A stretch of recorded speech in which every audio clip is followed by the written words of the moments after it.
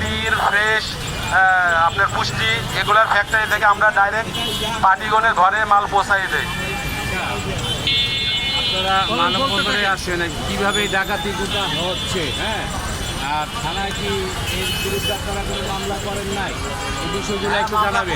মামলা করি কিন্তু আমাদের মামলাগুলো ঠিক মতো নেন না, মামলা আমাদের হয় ডাকাতি থানায় গেলে ওনারা বানাইতে স্পিড মামলা শুধু দর্শক, আমরা দেখতে পাচ্ছি জাতীয় প্রেস ক্লাবের সামনে একটি মানববন্ধন করছেন নারায়ণগঞ্জ জেলা ট্রান্সপোর্ট মালিকগণ।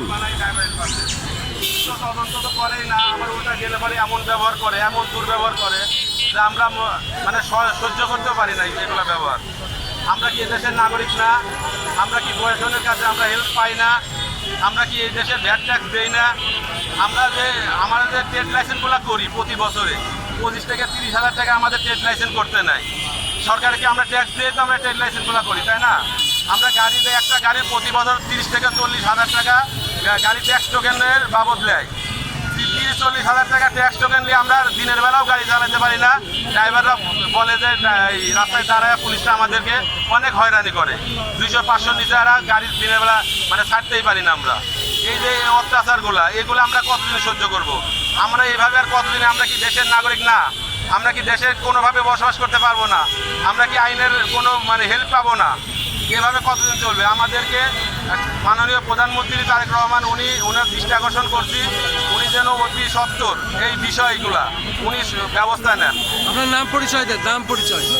আমার নাম মোহাম্মদ ওয়াসিম আকরাম, নারায়ণগঞ্জ জেলাধীন ফতুল্লা থানার ফতুল্লা না, আমরা সিদ্ধিরগঞ্জ থানার চিটাগাং রোডে অবস্থিত। আমাদের ট্রান্সপোর্টের নাম জাহান পরিবহন সংস্থা। আমার নিজের ব্যক্তিগতভাবে 2টা গাড়ি হারাইছে এই গত 26/2/2026 সালে নির্বাচনের পর। দুটো গাড়ি কি ট্রাক না কি গাড়ি? থেকে ট্রাক গাড়িতে হারাইছে। ট্রাক? হ্যাঁ। ট্রাক গাড়ির নাম্বার বলতে পারবেন? গাড়ির নাম্বার 170404 ঢাকা মেট্রো ট। আপনার মোবাইল নাম্বারটা বলেন। 01782231792। শুধু দর্শক, একজন ভুক্তভোগী, তার দুটো ট্রাক হারিয়েছে।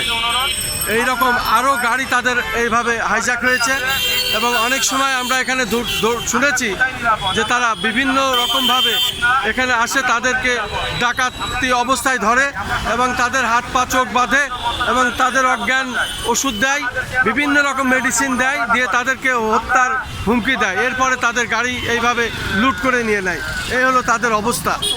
তারা যারা ভুক্তভোগী তারা জাতীয় প্রেস ক্লাবের সামনে দাঁড়িয়েছেন এবং তাদের অভিযোগ তুলে ধরছেন, মাননীয় প্রধানমন্ত্রীর দৃষ্টি তারা আকর্ষণ করছেন। আমি খন্দকার মাসুদুজ্জামান, জাতীয় প্রেস ক্লাবের সামনে, রাজধানী ঢাকা। আমরা ধারাবাহিকভাবে এটা প্রচার করে যাচ্ছি।